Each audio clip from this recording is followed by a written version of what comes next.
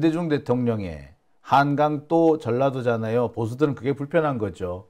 그러게요. 이 사람들은 전라도라는 것만 보이고 대한민국은 안 보이는 모양입니다.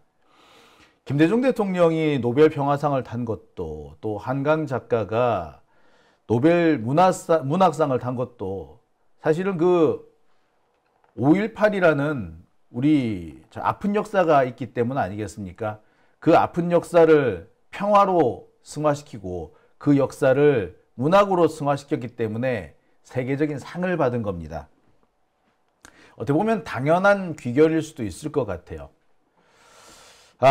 참 그런 면에서 5.18을 부정하는 자들이 있는 만큼 5.18을 부정하는 사람들은 김대중 대통령의 노벨 평화상도 인정하기가 어려울 거고 한강 작가의 노벨 문학상도 인정하기 어려울 겁니다. 왜? 그걸 인정하는 순간 지들이 나쁜 놈이라는 걸 자인해야 되거든요. 그럴 거면 안 그렇겠습니까? 지들이 그렇게 미워하고 그렇게 비방하는 김대중이 지들이 그렇게 싫어하는 거짓말이라고 북한군의 난동이라고 주장하는 5.18이 전 세계로부터 인정받고 문학 작품이 되어서 박수를 받고 있는데 거기를 반대할 수 있겠어? 그러니 우리는 옳고 노벨상이 틀렸다라는 황당무계한 어거지를 쓰는 거죠. 자, 제가 오늘 준비한 두 번째 주제는요. 대장동 재판 관련 소식입니다. 대장동 재판. 오늘 이재명 대표 재판, 그중에서도 대장동 재판이 열렸습니다. 오늘 재판에서 가장 눈길을 끈 것은 유동규였죠. 오늘은 유동규에 대한 증인신문이 있었고요. 유동규는 오늘 법정에서 지금까지 자기가 해왔던 얘기를 반복했습니다. 반복했다라는 것은 이미 다른 법정에서, 그러니까 김용 부원장 재판에서 이미 인정되지 않았던 그 사건을 다시 끌고 옵니다. 그래서 다시 법정 위에 내놓고 또 허위 주장을 하고 있는 거죠. 오죽했으면 조병구 판사조차도 야 이거는 아니야 라고 인정하지 않았던 대목이겠습니까? 그런데 그걸 다시 법정에 끄집어냈습니다. 검찰로서는 반드시 얻어내야 할 부분이기 때문에 억지를 좀 쓰고 싶지 않았나라는 생각도 해봐요. 자, 오늘 제가 준비한 두 번째 주제, 대장동 재판 상황에 대한 내용입니다. 그런데 정말 유동규가 오늘 법정에서 중요한 얘기를 할 줄 알았는데 오늘 유동규는 제가 볼 때는 약간 엉뚱한 데 시간을 좀 많이 쓰지 않았나라는 생각이 들어요. 유동규는요, 오늘도 아파서 제대로 증언을 못하겠다라고 글쎄 하여튼 뭐 죽겠다고 이렇게 엄살을 떨었어요. 결국에는 재판 진행이 다 되지 못하고 오늘로 마쳐야 되는 검찰의 증인신문이 또 한 번 더 연기가 됐습니다. 원래는 오늘에 마쳐야 되는데 지난번에 출석 안 했고 오늘 아파서 다 못하고 그래서 한 번 더 열리게 될 것 같아요. 그리고 지금 분위기로 봐서는 한 번 더 밀려가지고 다음 주와 다음번과 다다음번까지 계속 유동규가 법정에서 진술을 하게 될 것 같습니다. 근데 이 세 번이 다 검찰 측 신문입니다. 그러니까 검찰이 쇼하는 걸 그냥 볼 수밖에 없는 거죠. 아마도 검찰은요, 이 과정을 통해서 유동규로부터 뭐 한마디를 끄집어내려고 할 겁니다. 그래서 이거 가지고 언론 플레이를 하려고 그럴 거예요. 때 맞춰서 이재명 대표 선고가 조만간 있을 예정이죠. 11월 15일부터 있을 예정이잖아요. 경우에 따라서는 기묘하게 유동규의 증인신문하고 겹치게 될 수도 있습니다. 검찰 측 신문 끝나고 나면은 변호인 측 반대신문이 들어가게 될 텐데 이 변호인 측 반대신문에서 나올 수밖에 없죠. 그렇게 되면은 제가 볼 때 11월 15일부터 25일까지 이재명 대표 재판이 있는 그 시점에 유동규가 또 법정에 나올 거예요. 아마 검찰은 그 시점에 유동규로부터 언론 플레이를 할 수 있는 멘트를 하나 끄집어내려고 하고 있지 않는가. 그래서 지금 시간 조절을 위해서 동규야 오늘 아프다고 해. 빨리 오늘 집에 가. 이렇게 장난질을 치지 않았나라는 생각이 듭니다. 그래서 오늘도 유동규는 진짜 중요한 얘기 안 하고 엉뚱한 소리를 해요. 뭐 했느냐고요? 나 2차 안 갔어요. 이 얘기를 합니다. 참, 이게 뭔 얘기냐고요? 왜 지난번 그 위례지구 재판을 할 때 유동규 관련된 문자 메시지가 하나 등장이 됐죠. 그 룸살롱 주인이 남욱한테 술값 달라고 문자 보내면서 누구는 100만 원, 누구는 60만 원 이런 식으로 보내는데, 자 그래서 남욱이 묻죠. 누구 걔는 2차 갔냐고. 예, 그 사람이 누구냐? 유동규와 함께 나간 사람이었다는 거예요. 그러니까 유동규가 성매매를 했구나 라는 얘기가 막 떠돌았는데, 자 이에 대해서 유동규가 굳이 그거 아니라고 오늘 한참을 얘기를 합니다. 그 얘기를 꼭 말하고 싶었을까? 도대체 저 얘기를 왜 하지? 저는 좀 이해가 안 가는데 유동규는 그 얘기를 꼭 말하고 싶었나 봐요. 개인적으로 좀 쪽팔림이 있어서 그랬나 싶기도 한데, 한편으로는 이 자식들이 시간 조절을 해가지고 이재명 대표 선고 시점에 맞춰가지고 유동규한테 뭔가 언론 플레이 한 걸 꺼내기 위해서 이러는 게 아닌가라는 생각을 제가 그런 의심을 지우지를 못하겠어요. 지금 딱 분위기는 그 분위기예요. 자, 내용을 하나씩 짚어보시면 더 자세히 알 거라고 생각되는데요. 하나씩 짚어드리겠습니다. 원래 오늘 가장 중요한 얘기는 428억과 관련된 얘기입니다. 유동규는요, 오늘 뭐라고 얘기를 했느냐. 법정에서 김만배로부터 천화동인 1호 지분의 절반을 자기가 받기로 했다. 그게 428억이죠. 그래서 지난번 김용 부원장 재판에서 그렇게 많이 떠돌았던 이른바 428억 약정설입니다. 근데 428억 약정설은 당시에도 인정이 안 됐어요. 근데 이걸 또 끄집어낸 거지. 이유가 있어서 끄집어냈겠죠. 그런데 말입니다. 자, 그러면 이 얘기를 계속 하지. 갑자기 뜬금없이 2차 갔네 안 갔네 이 얘기를 이렇게 할 이유가 뭐가 있겠습니까? 제가 볼 땐 전형적인 시간 끌기였죠. 2차를 갔네 안 갔네, 룸살롱 아가씨는 2차를 갔네 안 갔네, 이게 언론으로 보자면 꽤 눈길을 끌만한 소위 말하는 섹시한 그런 소재인 거죠. 그렇게 해서 시간을 끌면서 이재명 대표 선고 시점, 다른 사건의 선고 시점하고 지들이 뭔가 터뜨리려고 하는 시점하고 어떻게 엇비슷하게 맞추려고 하는 게 아닌가, 저는 그런 의심을 하게 됐습니다. 자, 왜 그런 의심을 하게 됐느냐. 앞서서도 말씀드렸습니다만 오늘은 이재명 대표 대장동에 대한 재판 부분입니다. 원래 이 대장동 재판은요, 대장동뿐만 아니라 성남FC, 위례지구, 또 백현동까지 합쳐져 있는 사건이에요. 대부분 다 배임죄 혐의입니다. 배임을 저질렀다는 거죠. 돈을 받은 게 아니라 돈을 받지는 않았는데 성남시에 손해를 끼쳤다. 이런 혐의로 재판을 받는 겁니다. 제가 늘 말씀드립니다만 이거는 재판거리가 안 된다라고 말씀을 드렸죠. 그런 식으로 따지면 대한민국에 법정에 서야 되는 지자체장 엄청 많고요. 장관들도 많습니다. 아니, 그렇게 따지면은요, 여러분, 세월호 참사를 막지 못한 해양수산부 장관이나 해경청장 배임죄로 쳐넣어야 되지 않습니까? 안 그래요? 자, 한국의 IMF를 초래했던 그 경제기획원 장관과 대통령 김영삼 감옥에 쳐넣어야죠. 국제 해지 펀드들한테 엄청난 이익을 주고 대한민국에는 엄청난 손해를 끼치지 않았습니까? 예. 그 다음에 쌍용차 해외 매각, 이것도 다 배임죄 처벌을 받아야 돼요. 뿐만 아닙니다. 제가 한동훈하고 싸움을 하게 됐던 그 부산의 LCT 같은 거 대표적인 배임이죠. 나만 할 사람이 없어요. 근데 정말 놀랍게도 이재명 대표가 직접 돈 받았다라고 문제 삼는 데는 하나도 없어요.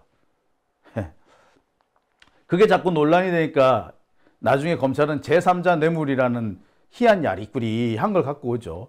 아무튼 자, 이재명 대표 대장동 공판은 그 혐의가 배임입니다. 배임. 오늘은 유동규에 대한 증언이 있었죠. 검찰 측 신문이 이루어졌습니다. 제가 볼 때 앞으로 2번 정도 더 검찰 측 신문이 이어지고요. 그 뒤에 아마 3, 4주 뒤에 이재명 대표의 반격이 이어질 것으로 보입니다. 그러니까 다음 주도 유동규, 다다음 주도 유동규죠. 그러니까 그 뒤에 넘어가서 3주차, 4주차가 돼야지 이재명 대표가 반격에 나설 수 있지 않을까.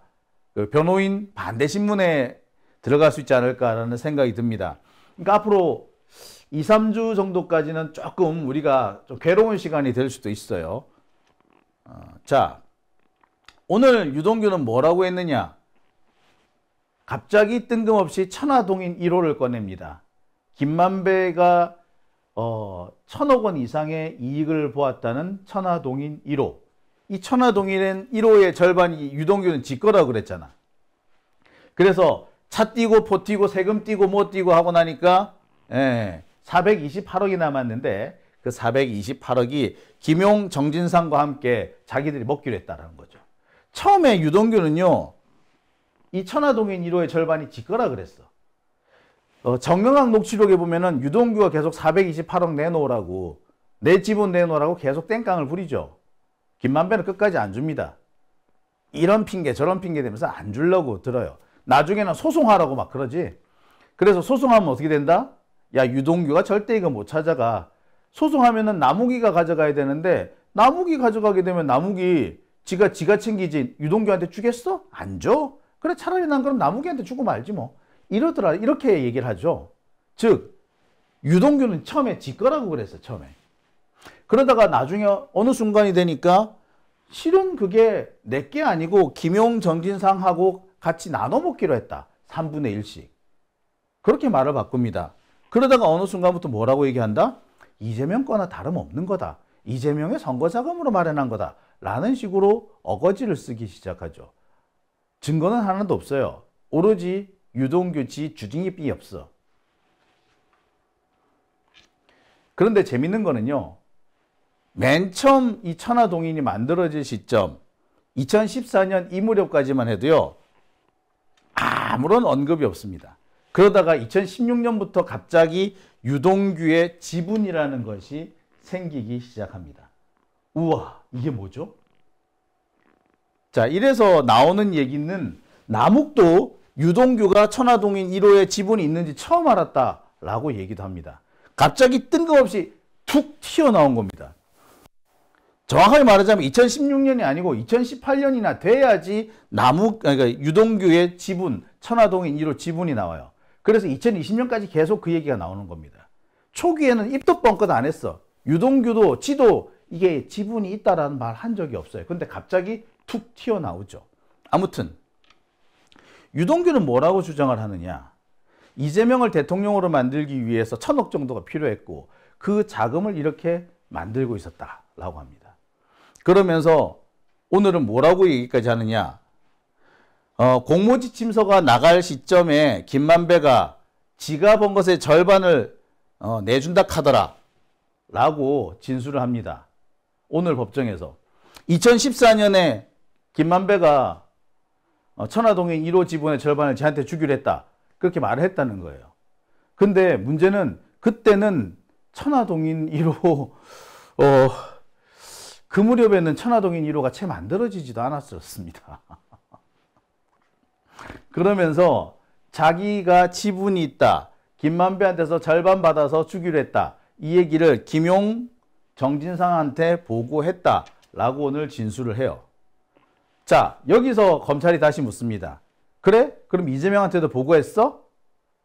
자, 이에 대해서 유동규가 이렇게 해요. 정진상이 하지 말라 그래서 직접은 보고는 안 했어. 라고 합니다. 그럼 네가 안 한 거야? 정말 안 한 거야? 그러니까 뭐라고 얘기를 하느냐. 만배 형이 저수지에 넣어두고 있다가 선거할 때 뽑아준다 했다. 그래서 그 주겠지 하고 있었다. 라고 주장을 합니다. 선거 때 쓰려고 했다는 거예요. 그러면서 이상한 소리도 해야 되죠. 자, 물을 수밖에 없죠. 야, 너 맨 처음에는 네 거라 그랬다가 그 다음에는 김용 정진상하고 나눠 먹기로 했다. 세 명이 나누기로 했다 그러지 않았냐. 근데 이제 와가지고 또 갑자기 이재명 선거자금이라니 앞뒤가 하나도 안 맞지 않냐. 뭐라고 얘기한다? 아유, 우리 게 이재명 거지 뭐. 김용 정진상 거가 이재명 거지 뭐. 내 거도 아니고 내 거나 유동규 거나 정진상 거나 또는 김용 거나 다 이재명 거다. 이런 얘기를 합니다. 그러면서 정치 공동체 어쩌고 저쩌고 얘기를 하죠. 하지만 이 얘기는 지난번에 김용 부원장의 1심 재판 때도 나왔던 얘기입니다. 그런데 1심 그 김용 부원장한테 중형을 선고한 조병구 판사조차도 인정하지 않았다는 것이 바로 428억. 김만배의 저수지 어쩌고 하는 대목인 겁니다. 그리고요, 정말로 당황스러운 것은 김만배는 저수지를 따로 만들어 두지 않았습니다. 저수지라는 것은 별도의 펀드이거나 그러니까 수익이 발생하면 그 수익을 가져와서 어딘가에 숨겨둘 펀드이거나 그게 아니면은 무슨 회사이거나 무슨 재단이거나 그런 게 저수지예요. 그런데 천화동인 1호는 투자잖아, 투자. 투자를 하기 위해서 돈을 낸 거잖아. 투자금을 낸 거잖아. 이게 어떻게 저수지가 됩니까? 이거는 사업이 끝나면 해체해서 없어질 건데 그게 왜 저수지가 돼? 택도 아닌 소린 거죠. 그러니까 유동규는 지가 뭘 잘 모르니까 그냥 갖다 붙이고 있는 겁니다. 지 입에서 나온 대로 떠드는 거예요. 저수지는 무슨 개뿔. 만약에 428억이 진짜 저수지 같았으면 김만배 형 같았으면 아마 그거를 기업을 만들든지 무슨 재단을 만들든지 해서 거기에 담아놨을 겁니다. 그래서 그 재단이나 기업이나 펀드나 이런 것들에서 조금씩 돈을 빼주는 형태로 설계를 했을 거예요. 어떻게 천화동인 1호가 저수지가 된단 말이야. 그거는 말이 안 돼요. 그건 말도 안 돼. 자, 이와 관련해 가지고 유동규는 계속해서 이 내용들, 김만배가 돈을 주기로 했다, 저수지에 넣어두기로 했다, 선거 때 쓸 거다, 김용 정진상도 알고 있다, 이 얘기를 이재명 대표한테 보고했다라고 주장을 합니다. 그런데 그래? 보고했어? 언제 했어? 라고 물으면 알고 있다라고 얘기합니다. 네가 왜 어떻게 알고 있는데? 김용이나 정진상이 알고 있으면 알고 있는 거다. 당연히 그들은 공동체이기 때문에 1심 동체이기 때문에 알고 있다. 이렇게 또 갑니다. 즉 정확하게 보고를 했는지 어떻게 알고 있는지 어떻게 알게 됐는지 설명을 못한다는 거죠. 그게 지금 유동규의 상황입니다. 자, 여기서 지금까지 유동규가 말하고 있는 것은 이른바 천화동인 1호의 절반 428억과 관련된 얘기입니다. 그런데요, 이 428억은요, 김만배가 스스로 이렇게 얘기합니다. 허언이야. 나 유동규한테 428억이고 뭐고 간에 준다고 한 적 없어. 유동규 지분 없어. 428억이고 나발이고 천화동인 1호고 너고 없어. 라고 김만배는 분명히 얘기합니다. 허언이다. 사실은 남욱한테 비용, 이 대장동에 들어간 비용을 떠넘겨야 되겠더라고. 떠넘기려고 하다 보니까 변명거리가 없어. 그래서 변명거리로 뭘 했다? 나 사실 유동규한테도 돈을 떼줘야 돼. 라고 뻥을 친 거다. 유동규한테 비용을 떠넘기려고 거짓말했다. 없는 말 만들었다. 라고 얘기를 합니다. 그게 어디서 나옵니까? 정영학 녹취록에서 등장을 합니다. 그러면서 이렇게 얘기하죠. 야, 동규야, 이거 네 거라고 좀 해줘. 내가 그럼 너한테 좀 나중에 뭔가 좀 살이나 낫게. 내가 안 그러면은 이거 내가 남는 게 없겠다. 남욱이 씨는 말이야 지금 엄청 돈 많이 생겼는데 이 새끼가 말이야 비용을 내려고 안 했는데 비용 든 게 얼만데. 그래서 이 비용 든 거 나 보존하려면 이 정도는 좀 떼놔야 되겠는데 동규야, 네가 이 돈의 주인이라고 하자. 라고 김만배가 말해요. 그런 대목이 등장합니다. 정영학 녹취록에 등장해요. 자, 이 부분이 있습니다. 이거는 김만배의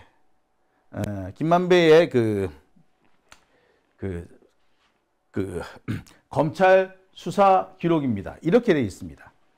피의자, 여기서 김만배죠. 김만배는 2020년 10월 30날 분당구 정자동에 있던 모던 노래방에서 유동규, 정영학과 함께 만난 적이 있나요? 있습니다.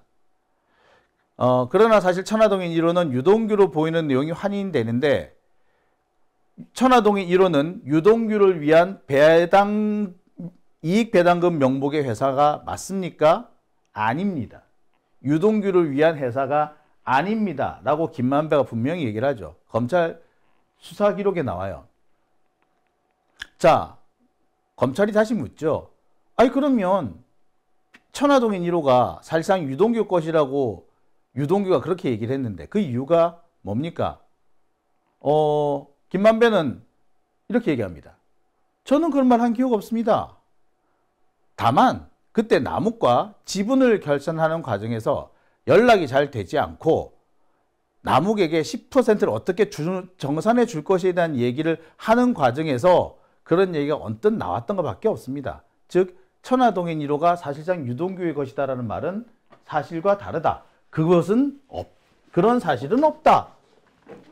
나는 그런 말을 한 적도 없다. 유동규는 그렇게 얘기하고 다니는지 모르지만 그런 말 한 적도 없다. 라고 김만배는 분명히 말합니다. 이게 어디서 나온다고요? 검찰 진술조서에서 나오고요.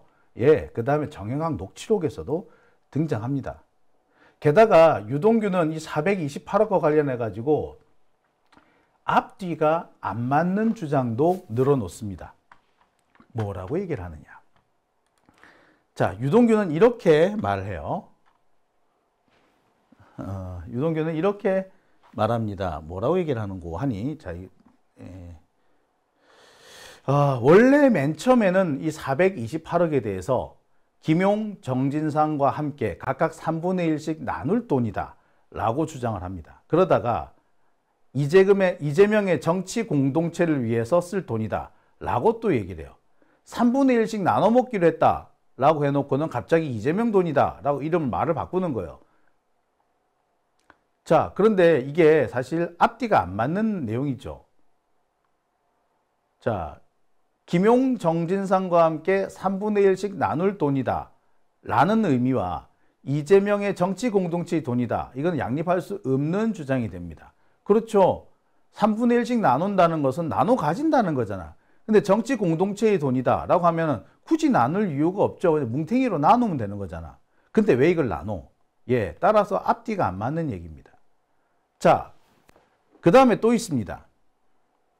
나중에 이 천화동인 1호 지분의 절반을 나눠 갖기 위해서 유동규가 김만배한테 소송을 거네 마네 하는 대목이 나옵니다. 결국 소송을 안 걸었어요.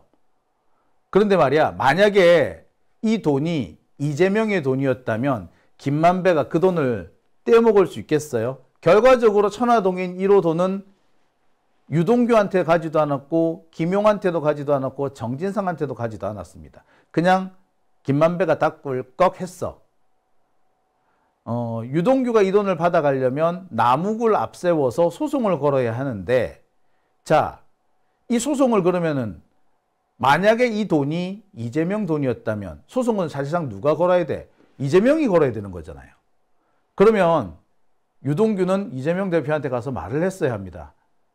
이 남욱을 통해서 소송을 해야 될 것 같습니다. 그죠? 보고해야 될 거 아니야. 맨날 보고했다며. 그 돈 받기로 했다. 428억 김만배로부터 받기로 했다. 이재명한테도 보고했다. 그랬다며. 근데 만배가 그 돈 안 준단다. 소송하란다. 그럼 그건 보고 안 해요? 보고해야 되잖아. 그런데 보고를 했느냐는 질문에 유동규는 지금까지 말한 적이 없어요. 했다가 안 했다가 아니 김만배가 그렇게 전달했을 것이다 라고 말합니다. 여기서 또 앞뒤가 안 맞는 게 있어요. 유동규는요, 김만배하고 이재명하고 엄청 친하대.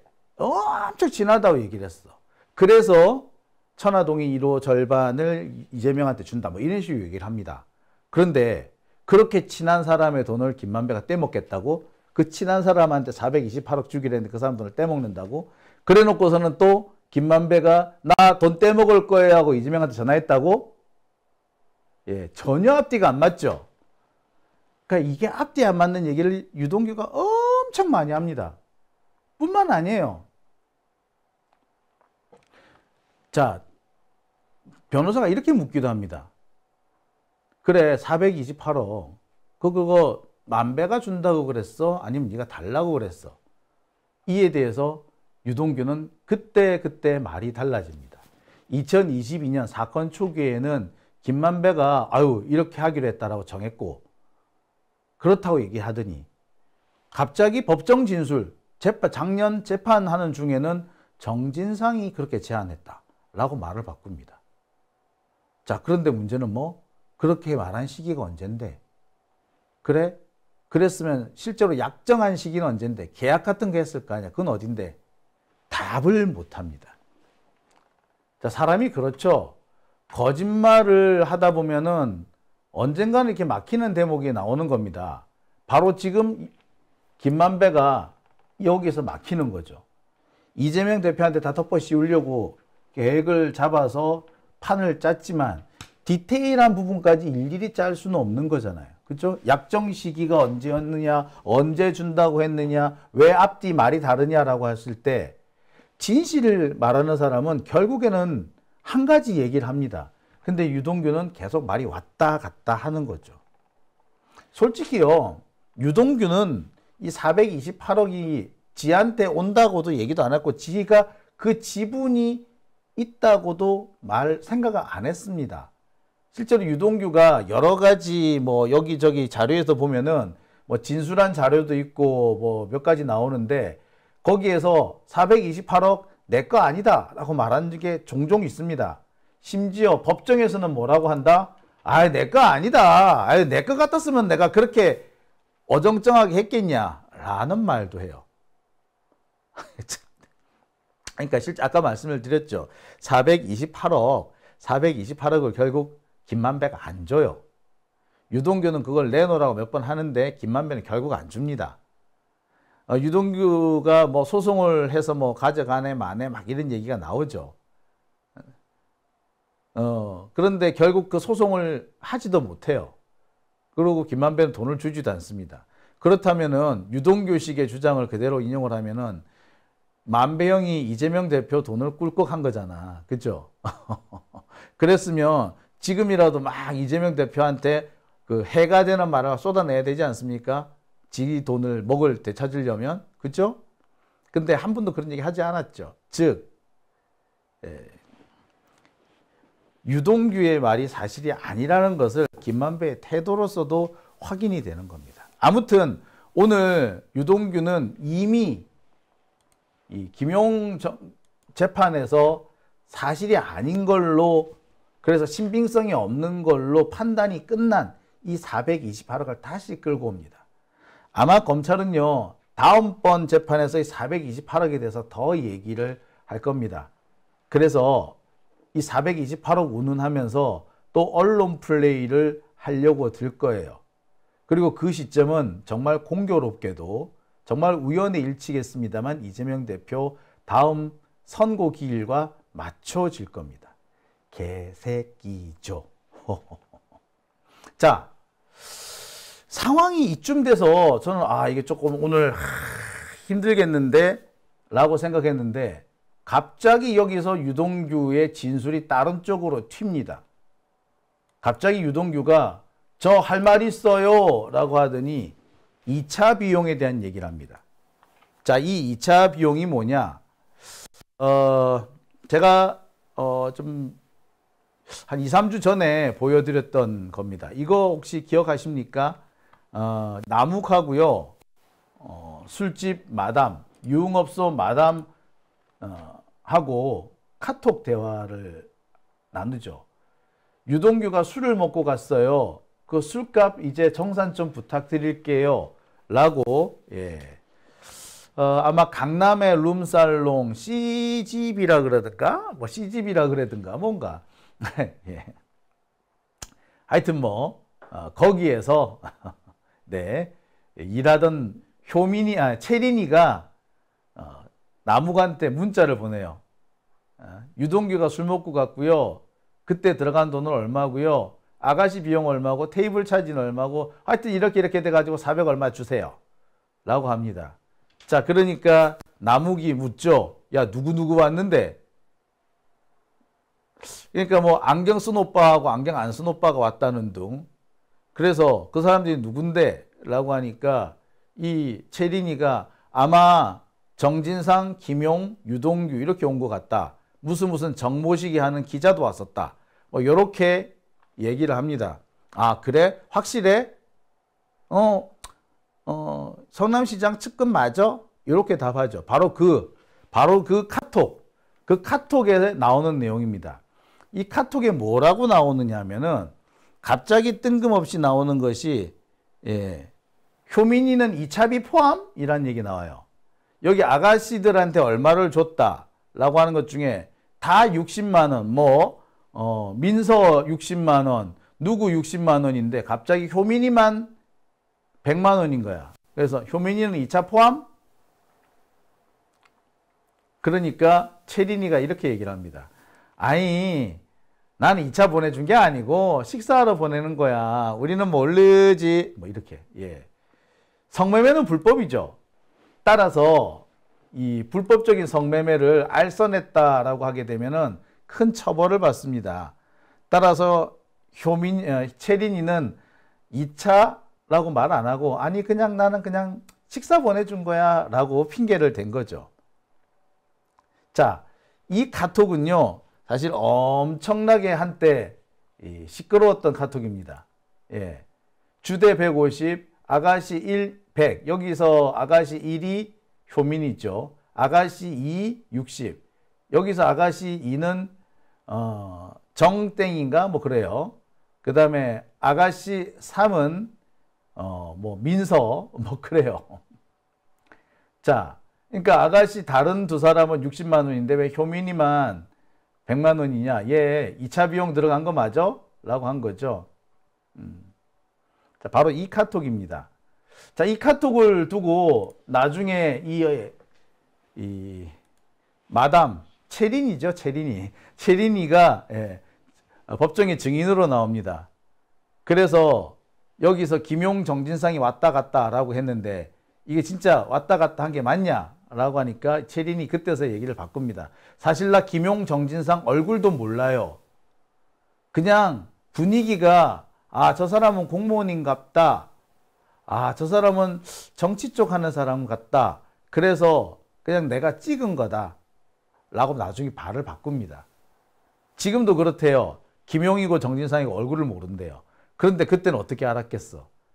하여튼 그때 이 채린이는 나무기한테 돈을 받으려고 야, 그렇게 왔다 갔어. 시장 측근들이랑 왔다 갔어. 라고 아마 그렇게 그냥 둘러댄 것 같아요. 아무튼 이 카톡에서 등장하는 얘기가 효민이 100만 원인데 이 효민이를 데리고 나간 사람이 누구?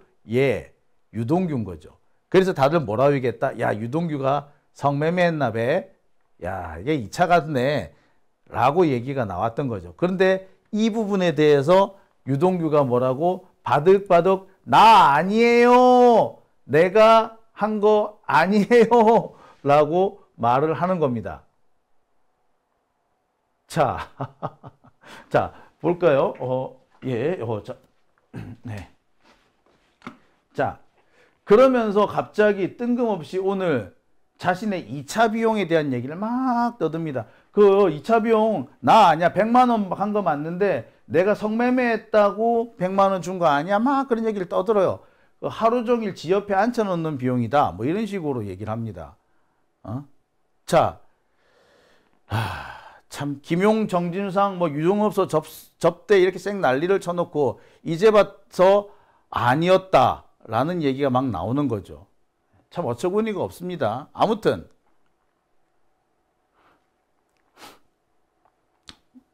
자, 지금 상황에서 확실한 거는 도대체 유동규는 왜 2차 비용 어쩌고 하는 얘기를 했을까입니다. 전체적인 흐름을 보았을 때 신문 내용하고도 좀 맞지가 않죠. 맥락이 없죠. 뜬금없습니다. 그런데 유동규는 너무나도 당당하게 2차 비용 내 거 아니야 라고 큰 소리를 빵빵 칩니다. 근데 그 얘기죠. 빵빵 치라고. 근데 그 얘기를 왜 갑자기 하지? 예, 시간 낭비한 거죠. 그래서 뭐 도대체 이 얘기를 왜 했을까? 여러 가지 해석이 있습니다만 저 입장에서 볼 때는 야 이거 시간 끌기용이다.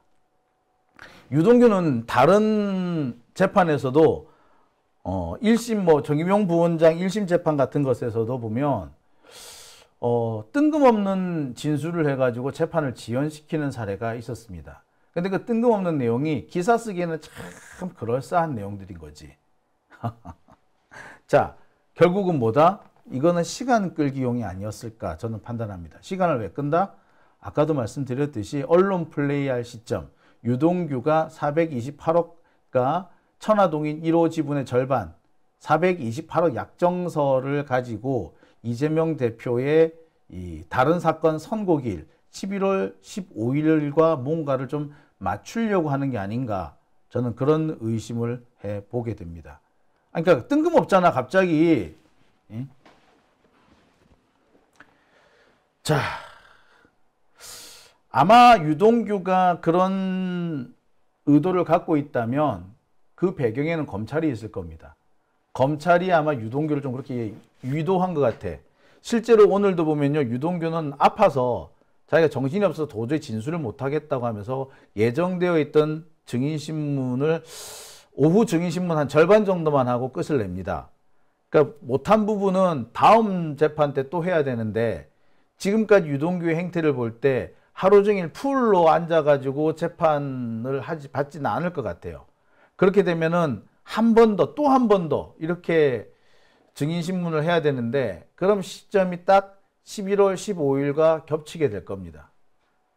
그러니까 아파서 빨리 줄이는 것도 뜬금없이 갑자기 주제를 다른 곳으로 돌리는 것도 제가 볼 때는 의도가 있다라는 생각을 할 수밖에 없는 겁니다.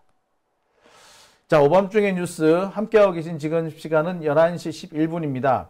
두 번째 주제는 여기까지 하고요. 이어서 댓글 한번 보고 넘어가겠습니다.